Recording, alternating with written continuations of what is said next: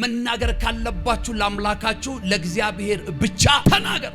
እሷ የነገረችው መልእክት እኔ ሀገር እኮ ለምጽ የሚፈውስ ውሃ አለን ያለች። የሚገርመው ነገር ግን ይሄ ሰው ብቅ ጥልቅ ባለ ስንት ጊዜ 7 ጊዜ ከዛስ በኋላ ድነት ትቀራለህ። ንቀት ነው የመሰለው። ኧረ እኔ የዋ ችግር የለም የሀገሩን ወንዞች ጠራ። እኔ ሀገሬን ወንዝ ስንቱን ጥዬ መጥቼ አልፌ መጥቼ ደግሞ በዚህ በበከተ ውሃ፣ በዚህ በጎርፏ፣ በዚህ በደፈረሰ ውሃ ደፍርሷል ብሎ በአይኑ በናቀው ውሃ ነው ገብቶ ጥልቅ ብሎ ተፈውሶ ይወጣል። ምን ባለው በናቀው መልእክት እየነገርኩ ነው። በናቁሽ ባንቺ፣ በናቁ ባንተ፣ በተናቃችሁት በእናንተ አምላኬ ምስክር ምድሪቷን እግዚአብሔር ያሳርፋል። ቤተሰብሽን እግዚአብሔር ያሳርፋል። ልጆችን እግዚአብሔር ያሳርፋል።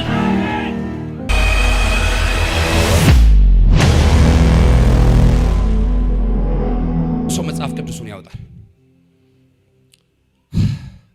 ሁለተኛ ነገሥት ምዕራፍ 5 ሁለተኛ ነገሥት ምዕራፍ 5 በጣም ኢምፖርታንት ሐሳብ ያለው በጌታ በኢየሱስ ስም አልፈዋለሁ። እኛም በጌታ በኢየሱስ ስም እንሰማሃለን። የሶርያ ንጉሥ ሰራዊት አለቃ ንዕማንም እግዚአብሔር በእርሱ እጅ ለሶርያ ድህነትን ስለሰጠ በጌታው ዘንድ ታላቅ ክቡር ሰው ነበረ። በጌታው ፊት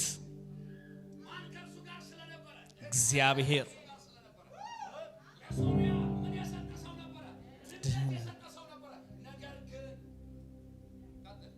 ደግሞም ጽኑ ኃያል ነበረ፣ ነገር ግን ለምጻም ነበረ።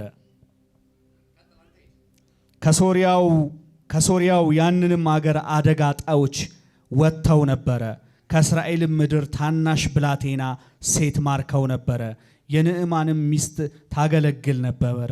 እመቤቷንም ጌታዬ በሰማርያ ካለው ከነቢዩ ፊት ቢደርስ ኖሮ ካለምጹ በፈወሰው ነበር አለቻት። ንዕማንም ገብቶ ለጌታው ከእስራኤል አገር የሆነች አንዲት ብላቴና እንዲህና እንዲህ ብላለች ብሎ ነገረው። የሶርያው ንጉሥ ንዕማን ሂድ ለእስራኤል ንጉሥ ደብዳቤ ልካለሁ አለው። እርሱም ሄደ። 10 መክሊት ነበረ፣ 6,000 ወርቅ፣ 10 መለወጫ ልብስ በእጁ ወሰደ። ለእስራኤልም ንጉሥ ይቺ ደብዳቤ ወደ አንተ ስትደርስ ባሪያዬ ንዕማን ከለምጹ ትፈውሰው ዘንድ እንደሰደድኩህ እወቅ የሚል ደብዳቤ ወሰደ። የእስራኤልም ንጉሥ ደብዳቤውን ባነበበ ጊዜ ልብሱን ቀዶ ሰውን ከለምጹ ፈውስ ዘንድ ይህ ሰው ወደ እኔ መሰደዱ እኔ በእውኑ ለመግደልና ለማዳን የምችል አምላክ ሆኜ ነውን? ተመልከቱ፣ የጠብ ምክንያት እንደሚፈልግብኝ እዩ አለ። የእግዚአብሔር ሰው ኤልሳዕ የእስራኤል ንጉሥ ልብሱን እንደቀደደ በሰማ ጊዜ ልብስህን ለምን ቀደድክ?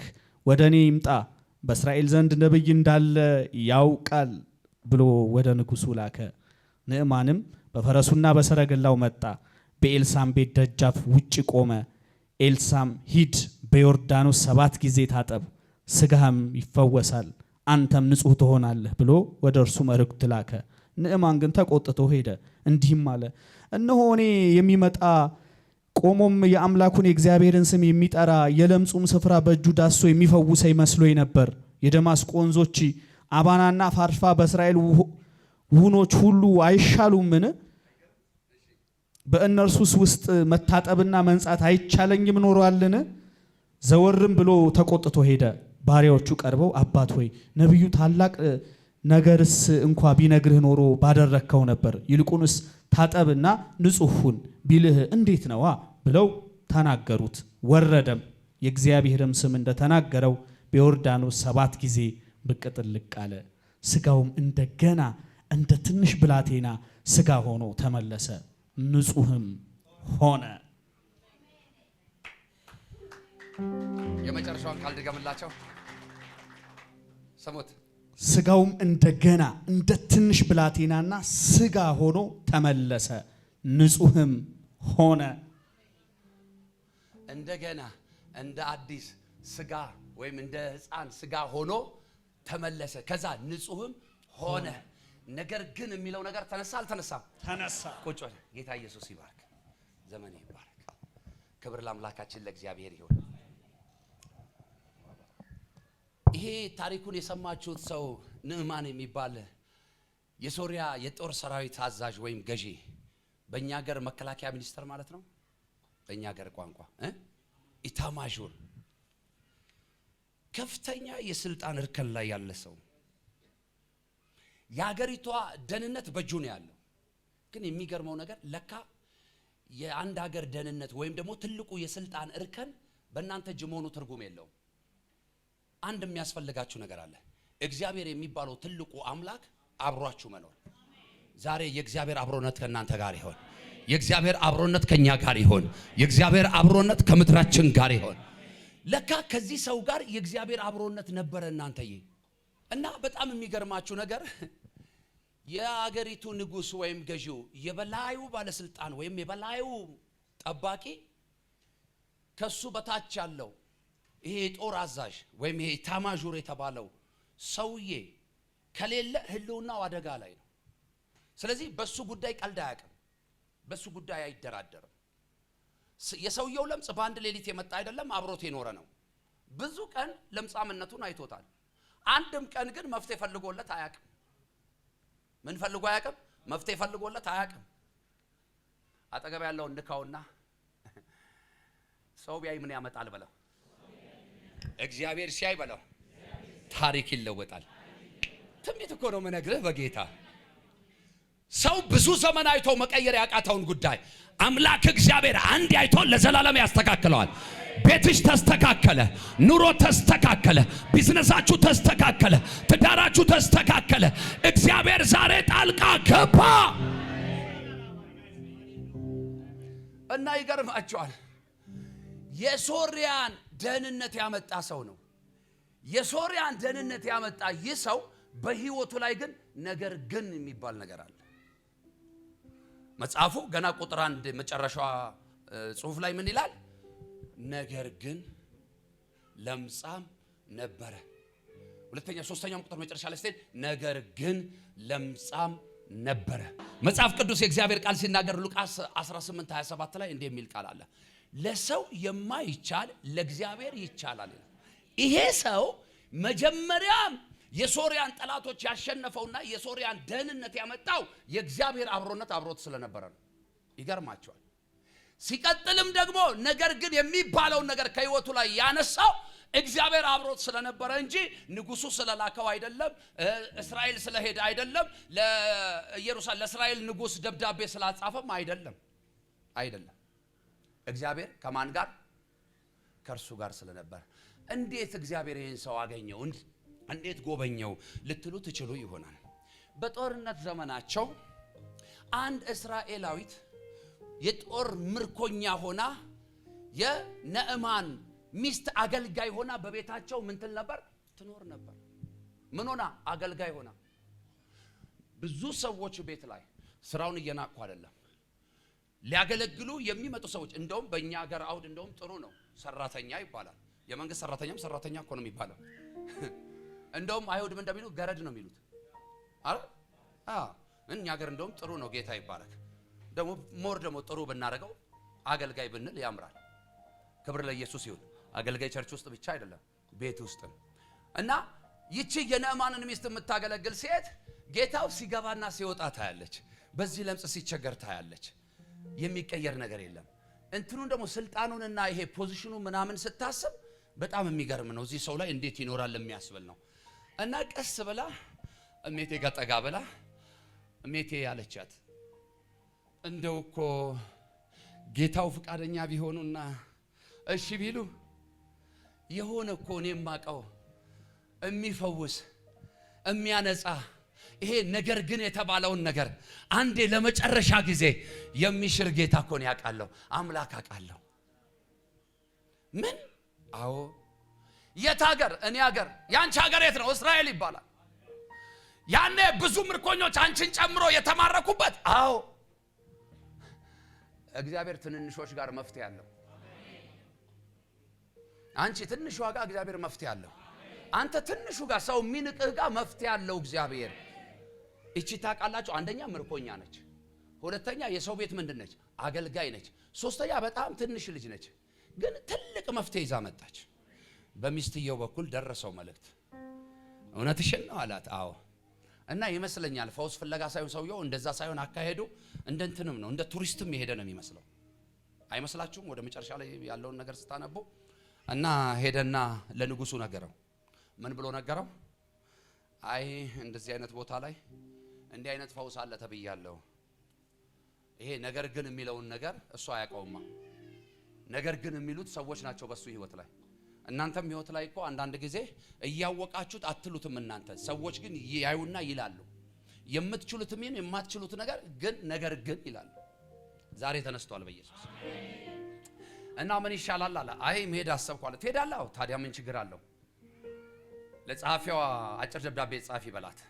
ኦር ደግሞ ሰውየው ደወል አድርጎ ብድግ አድርጎ ስልኩን እኔ ምልሽ በቃ ጀነራሉን ወደ ሆነ ከተማ ልልከው ነውና እንዲህ አይነት ደብዳቤ ጻፊልኝ አላትና ትእዛዝ ሰጠ። የደብዳቤው ዝርዝር እዚህ ውስጥ አለ እና ባሪያዬ እየመጣ ነውና ሳይፈወስ ከተመለሰ ሌላ ጦርነት ነው መቀሰቀስበት አይነት ነገር ማለት ነው። ላከለት ማለት ነው ደብዳቤ። ልክ የዛ ከተማ ንጉስ ደብዳቤው ደርሶት ከፈት አድርጎ እኔ ያሳጠርኩ ነው መነግራችሁ ገለጥ አድርጎ አነበበውና እንዴ አለ ይህ እንዴት ሊሆን ይችላል? ልብ አድርጉልኝ አለ በዙሪያ ያሉትን ሰዎች። አሁንም ጦር፣ አሁንም የጦር ወሬ፣ አሁንም ሌላ ጦርነት እያሰበብኝ ነው። ልብ አድርጉልኝ አለ።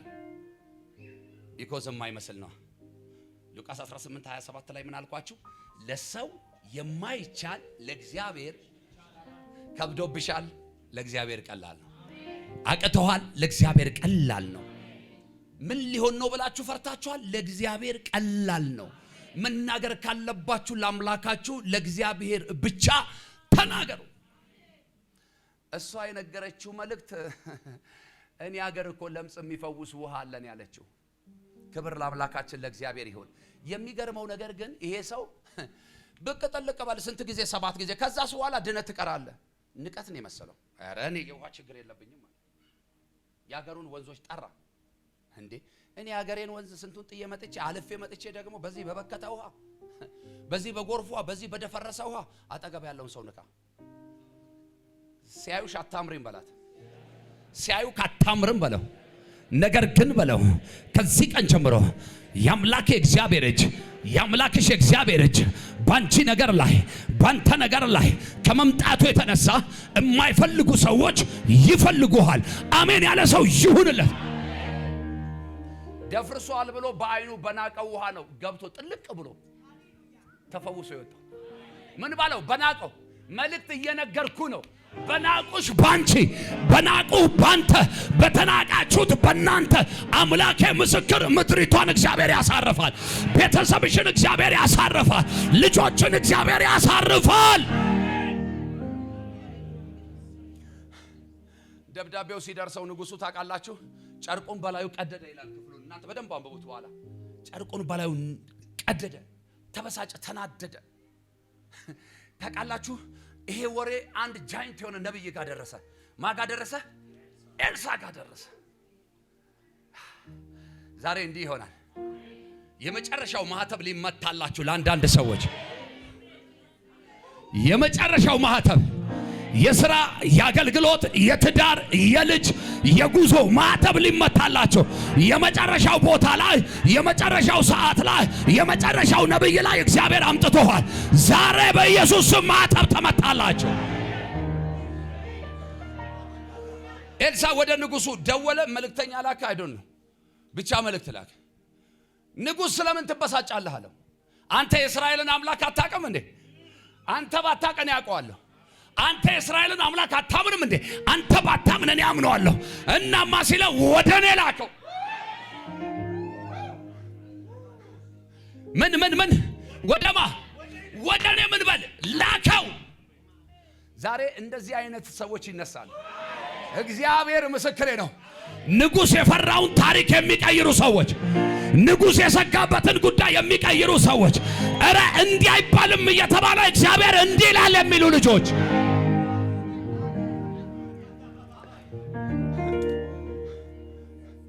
አንተ ንጉስ የፈራውን ደብዳቤ፣ ንጉስ የደነገጠበትን ደብዳቤ፣ ጨርቁን ልብሱን የቀደደበትን ጉዳይ ወደኔ ላክ የሚል ነብይ እኔ ያለሁ አትለኝም? እርግጠኛ ነህ? እርግጠኛ ነሽ? በይ ያምላከ የእግዚአብሔር መንፈስ ከኔ ጋር ካለ እኔ ላይ የመጣው እጅ 2 እጥፍ አንቺ ላይ ይምጣ፣ 2 እጥፍ አንተ ላይ ይምጣ፣ 2 እጥፍ እናንተ ላይ ይምጣ። ወደ እኔ ምን በለው እየጨረስኩ ነው አይዟችሁ 12ኛውን ቁጥር ሲያንበበው ከ12 ጀምሮ ወደ እኔ ምን በለው አጠገብ ያለውን ንካውና ያስጨነቀህን ጉዳይ በለው አንተ ከፈራ በለው እኔ አልፈራም አትፍራ ያለኝ የሰራዊት ጌታ እግዚአብሔር ከኔ ጋር ነው ንገረኝ ጉዳዩን በለው ከዚህ በኋላ ያ ጉዳይ በለው ተቀይሯል አላውቅም ለሆነ ሰው መልእክት እየነገርኩት ነው የፈራሽበት የሰጋሽበት ያ ብዙ የደከምሽበት ጉዳይ ተቀየረ ያ ጉዳይ ተቀየረ ያ ጉዳይ ተቀየረ ያ ጉዳይ ተቀየረ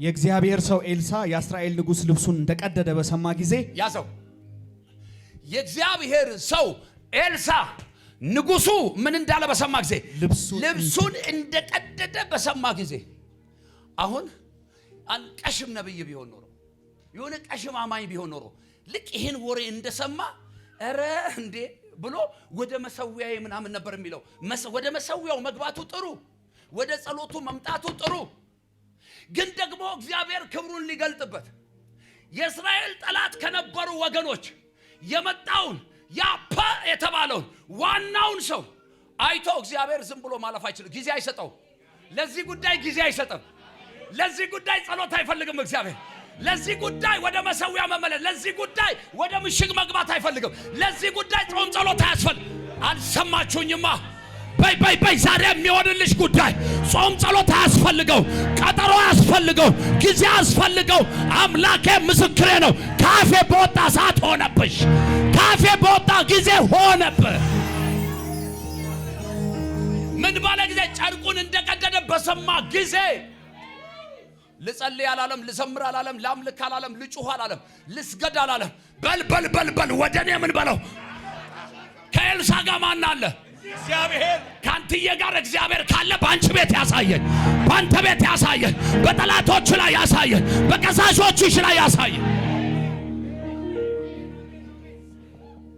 ዛሬ እንደዚህ ይሆናል እያያችሁትና እየፈራችሁት የመጣችሁት ጉዳይ ስትመለሱ እግዚአብሔር ምስክሬ ነው እናንተ አይደላችሁም ያ የፈራችሁት ጉዳይ ፊቱን አዙሮ ጀርባውን ሲሰጣችሁ ታያላችሁ አልገባችሁም ናሲ ባባዬና ፎር ኤግዛምፕል ትንሽ ልፍ በል ያ ዙራ ሆኖ ወደኔ ያው እንደምታዩት ነው ፊዚካሊም ስታዩት ትንሽ ያስፈራላ ይሄው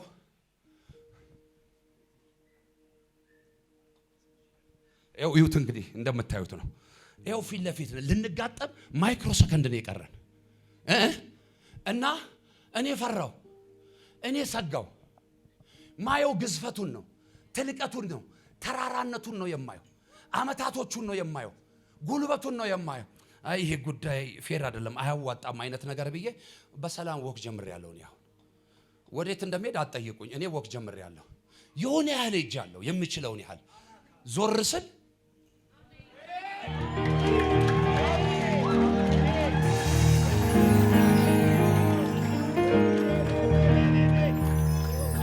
ጻየ ጌታ ምስክር እንደዚህ ሆኖብሻል በላታለኝ እንደዚህ ሆኖብሻል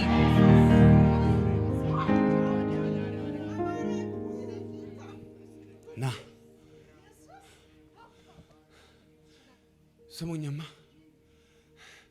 ዞር ስላጣሁት ተጨንቄያለሁ እኮ ረፍት አጥቼበታለሁ ብዙ ቀን ጸልዬበታለሁ ብዙ ቀን ጾሜበታለሁ ብዙ ቀን ተንበርክኬበታለሁ ብዙ ቀን እጅ አስጭኜበታለሁ ከብዶኛል በቃ አልቻልኩም ብዬ ሐሳቤንም መንገዴንም ቀይሬ ጉዞ ሲጀምር የሄድኩትን ያህል ከሄድኩ በኋላ ለካ የእግዚአብሔር ሰዎች መሄጃ የላቸው መሸሻ የላቸው ያላቸው አንድ ነው መሸሻቸው አንድ ነው መጠጊያቸው አንድ ነው ማረፊያቸው እሱም ኢየሱስ ይባላል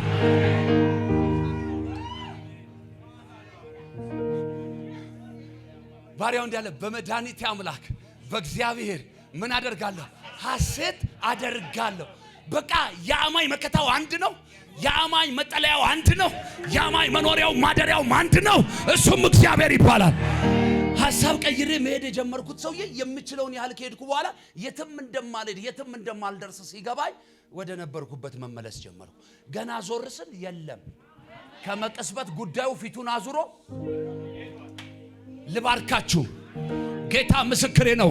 የገጠመሽን ጉዳይ አትጋጠሚው፣ እግዚአብሔር ይጋጠምልሻል። እግዚአብሔር ይጋጠምላችኋል። የገጠማችሁን ጉዳይ ያልኳችሁ ነው፣ እግዚአብሔር ይጋጠምላችኋል። አንድ ሰው ጮኸ አሜን ሲል ይሁንለት። ልባርክ እግረ መንገድ አባት በተባረከው በረከት አይደለም ልባርክ። እሱ ምን ዳህ አይደለም። እውነቴን ነው የምነግርህ። ያው ጌታ እግዚአብሔር ምስክሬ ነው። ከምድር ባለጠጎች አንዱ አረጋለሁ አለኝ። አሜን አሜን። ውሎ እንዳያበላሽ፣ ሰዎች እንዳያበላሹ፣ ዘመናዊነት እንዳያበላሽ። አሁን በዚህ እድሜ መቆጣጠር የማትችለው በረከት መጥቷል፣ እየመጣ ነው። ግን እሱን አይተ በሱ እንዳትመካ። ይኸውልህ መጽሐፍ ሲናገር እንደዚህ ይላል፣ ማንም የቆመ ቢመስለው እንዳይወድቅ አባት ደግፎ ከውድቀት አንተን ካዳነ ከኔ ነብይ አይደለም አያድንህም። አባት ይዞ ከውድቀት አያድንህም። አባት ደግፎ ከውድቀት አያድንህም። ጌታ ምስክሬ ነው። ብቻውን እግዚአብሔር በቂ ነው። አሜን። እሺ እግዚአብሔር ብቻውን በቂ ነው በል። እግዚአብሔር ብቻውን በቂ ነው። መጽሐፍ ሲናገር መኖሪያ የዘላለም አምላክ ማን ነው ይላል። አሁን የምትኖረው አውቃለሁ አባትህ በሰራው ቤት ነው፣ ግን አንተ የሱን ቤት ትቀይርለታለህ። አሜን። ግን ዋናው መኖሪያ የዘላለም አምላክ ነው። አሜን። እሱን ከያዝከው ነው ይሄ በህይወት ላይ የሚሆነውና አሜን። እግዚአብሔር ይኸው ነጮቹን ጥቁሮቹን እንደዚህ በረከት አድርጎ አሳልፎ ሲሰጣይ አሜን። ይሄ የልጅነት መንፈስና ቅንነት አይወሰድብህ። አሜን። እሱን በጣም ጠብቅ። አሜን። ጠዋትና ማታ በእግዚአብሔር ፊት ሁን። አሜን። እሺ። አለበለዚያ ግን አደገኛ ወጥመድ የሚገል የሚያጠፋ ምናምን ወጥመድ አይደለም፣ እስር ቤት ምናምን የሚከት ወጥመድ አይደለም። እሺ እንዳፈራ አይዞህ። ግን ወዳጅ በሚመስሉ ጓደኛ በሚመስሉ የሥራ ባልደረባ በሚመስሉ ሰዎች መጥተው ይሄ እንትን ቢራ ጠርሙስ ምናምን ውስኪ ምናምን አጅበው የሚውሉ ሰዎች አይነት ወጥመድ ውስጥ ጠላት ሊከት ይፈልጋል። ተጠንቀቅ። አሜን። እንደው ቀምሰህ ቴስት አድርገህ ምን ይላል ማለት ከፈለክ እኔ እነግርሃለሁ። ይቅርብህ። እኔ በደንብ ቀምሼዋለሁ፣ ታጥቤበታለሁ፣ እንደዚህ ተዘፍዝፌበታለሁ። መጨረሻው ረፍትም ሰላምም ደስታም የለውም። ሬትሬ እየመረረ ገብቶ ከዛ ህይወትህ ሙሉ መራራ ነው የሚያደርገው። ምን አባቴ ላድርግ? በቃ ነብይ አድርጎ ቀባኛ። ምን ልሆንሽ? ምን ልሆን? ማናችንም ስንገባበት እስቲ እንየው ብለን የገባ ነው። እንየው ብለን ገብተን እዛው ነው የቀረነው። ይሻላችኋል እንደሱ? አጠገብ ላለው ንገረው፣ የሚሻለውን ነው መነግር በለው። ከጌታ ጋር መኖር። ስለዚህ በጣም ተጠንቀቃቸው፣ በጣም ራቃቸው። አንተ ስራ ፈልገ ምናምን አይደለም ይመጣል። ፈልጎ ካልመጣ ይሆን ያልተቀባው።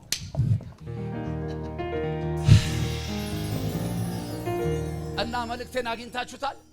እግረ መንገድ ግን በቃ ጌታ አገኘው። ታውቃላችሁ አሁን ያ ጉዳይ ፊቱን አዙሮ ሲሄድ እግዚአብሔር ነገራችሁን አሳልፎ ሲሰጥ ብዙ ጊዜ ታውቃላችሁ አበሻ እንደው በቃ ከደግነቱም የተነሳ ይመስለኛል አላቅም። ድንገት የሆነ ሰው ዱብ ሲል ምንድነው የሚለው? ምንድነው? እኔ ድፍት ልበል፣ እኔ ይድፋኝ። ለምን ይደፋሻል? ጠላትሽ ራሱ አይደፋ። ለምን ይደፋል? ልክ እንዳሁኑ ይምጡና ይሄዱ። ፊት ለፊት እንዳልገጠመው እንደዛ ጀርባቸውን አዙረው ይሄዱ። ከዛስ ሆነለት፣ ተሳካለት፣ ጌታ ረዳት፣ አሳልፎ ሰጣት ሲባል ያ አዙረው የሄዱትን ፊታቸውን ይመልሳሉ። ጆሮአቸውን ከፍተው ቀንዳቸውን አቆመው ይሰማሉ ስለናንተ። ምን አይነት ወሬ ይሰማሉ? እግዚአብሔር ረዳው፣ እግዚአብሔር ረዳት፣ እግዚአብሔር አረገላት፣ ቤት ሰርቶ ሰጣት፣ መኪና ገዝቶ ሰጠው፣ ከተማውን አስገዛለት፣ ቀብቶት በአደባባዮች ሁሉ ላይ ገለጠው ሲባል ትሰማላችሁ። ለጠላቶቻችሁ ነግሬያቸዋለሁ። ከናንተ ትንንሽ ነገር ቆንጥረው እናንተን የሚያስቆሙ ለሚመስላቸው ሰዎች መልእክት አለኝ። እዚህ ጉባኤም ላላችሁ አሁን በተለያየ ሶሻል ሚዲያ ለምትሰሙኝ ከናንተ ትንንሽ ነገር ቆንጥረው ከናንተ የሆነ ነገር ወስደው እነሱ የሚጨምሩ እናንተ የምትቀንሱ ለሚመስላቸው እግዚአብሔር እንደዚህ እያለኝ ነው። አንተ ወደ ከፍታ፣ እነሱ ወደ ዝቅታ። የነሱ ያሽቆለቁላል፣ ያንተ ከፍ ከፍ ከፍ ከፍ ይላል።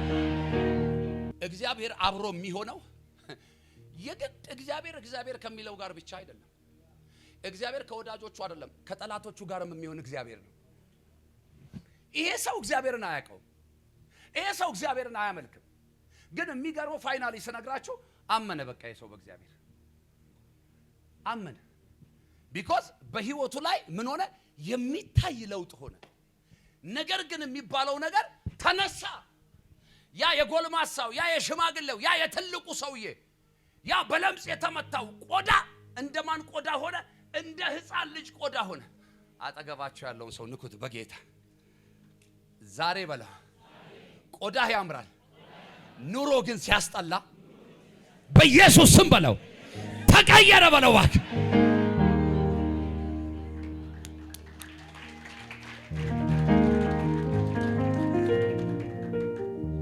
ቁጥር 14 አንብብልኝ። የእግዚአብሔር ሰው እንደተናገረው በዮርዳኖስ 7 ጊዜ ብቅ ጥልቅ አለ። ስጋውም እንደገና እንደ ትንሽ ብላቴና ስጋ ሆኖ ተመለሰ፣ ንጹህም ሆነ። በደንብ ስሙ። የእግዚአብሔር ሰው ኤልሳም ምን አለ? ተናገረ። ምን ብሎ ነው ኤልሳ የጠራው? ወደኔ ላከው። ከመጣ በኋላ ኤልሳ እጅ አልጫንም፣ እግር አልጫንም፣ ትንቢት አልተናገረም። 3 ቀን ጾም ጸሎት ግባ አላለው። ከዘፍጥረት እስከ ራእይ ምንም የጠቀሰለት ጥቅስ የለም። በዮርዳኖስ ውሃ አለው 7 ጊዜ ግባና ብቅ ጥልቅ በል አለው። 4 ነጥብ። ምን በል? ብቅ ጥልቅ በል ቢለው ሊፈወስ ይችላል። እጅ ቢጭን ሊፈወስ ይችላል። ዘይት ቢደፋበት ሊፈወስ ይችላል። ውሃ ቢረጨውም ሊፈወስ ይችላል። በቃ የእግዚአብሔር አሰራር ነው። አሁን አሰራሩን ልነግራችሁ ነው። ብዙ ዘመን አልላቀቅ ያለው ስጋና ደምሽ ላይ የተቀመጠ ዛሬ በኢየሱስ ስም ይነሳዝዣለሁ። በኢየሱስ ስም ይነሳዝዣለሁ። በኢየሱስ ስም ይነሳዝዣለሁ። የእግዚአብሔር ሰው ኤልሳም ተናገረ። በዮርዳኖስ ውሃ 7 ጊዜ ምን በል? ብቅ ጥልቅ። የእግዚአብሔር ሰው ነብይ አንተነህ በዛብህም ዛሬ ተናገረ። በእግዚአብሔር ስም ተናገረ። የዮርዳኖስ ውሃ ዛሬ የለም። በጌታ በኢየሱስ ክርስቶስ ስም ብቅ ጥልቅ በል አልልህም። 3 ቀን 7 ቀን 21 ቀን 40 ቀን ጾም ጸሎት ግባ አልልህም። በናዝሬቱ ጌታ በኢየሱስ ስም እንደ እግዚአብሔር ነብይ እናገራለሁ። ግን ዛሬ ነገር ግን የተባለ ነገር ከህይወት ላይ ይነሳ። ነገር ግን የተባለ ነገር ከህይወትሽ ላይ ይነሳ። ነገር ግን የተባለ ነገር ከህይወታችሁ ላይ ይነሳ። ሁለተኛ ቆሮንቶስ ምዕራፍ 5 ቁጥር 17 አንብበልኝ። ይሄ መጨረሻ መልእክቴ ነው። ልባችሁንም ጆሮአችሁንም ክፈቱልኝ። ኦኬ። እዚህ ጉባኤ ውስጥ በክርስቶስ ኢየሱስ አምኖ ያልዳነ ሰው ካለ እጁን ያሳየኝ። አዲስ ነፍሳት ካለ አምኖ ያልዳነ ችግር የለውም። ልኮንናችሁ እኮ አይደለም፣ ልጸልይላችሁ ነው። ጌታ ኢየሱስ ክርስቶስን የግል አዳኝ አድርጎ ያልተቀበለ ሰው አለ? የለም። ሁሉም ተቀብሏል። እርግጠኞች ናችሁ? አሪው ሹር? መልእክቴ ለእናንተ ነው። ይሄን ቃል ስሙ። እንዲህ ሊሆን ነው። ያ አሮጌ የነበረው ነገር ሁሉ ተቀይሮ፣ ነገር ግን የሚባለው ነገር ሁሉ ተቀይሮ በልጁ በክርስቶስ ኢየሱስ የተቀበላችሁት የዘላለም ህይወት፣ ይሄ አዲስ ህይወት፣ ይሄ መዳን ሆኖ ሲቀጥል የሚያስፈልጋችሁ ነገር በህይወታችሁ ላይ፣ በኑሯችሁ ላይ፣ በትዳራችሁ ላይ፣ በቢዝነሳችሁ ሁሉ ላይ ይሆናል እያልኳችሁ ነው። ስለዚህ ማንም በክርስቶስ ቢሆን አዲስ ፍጥረት ነው። አሮጌው ነገር አልፏል፣ እነሆ ሁሉ አዲስ ሆኗል። መልእክት አለ። እነሆ አሮጌው ነገር አልፏል፣ ስንቱ ሁሉ ምን ሆኗል? አዲስ ሆኗል። መልእክት አለኝ ለሚሰማኝ። ያለቀስክበት ያለቀሽበት ያ አይዘጋሞ ያልከው አሮጌው ምዕራፍ ተዘግቶ አልፏል። ወደ መዝገብ ቤት ተመልሷል። እግዚአብሔር ጣልቃ ገብቷል። አዲስ ምዕራፍ ከፍቶልሻል። ታሪክ ተቀይሮልሻል። ታሪክ ተቀይሮልሃል። ታሪክ ተቀይሮላችኋል።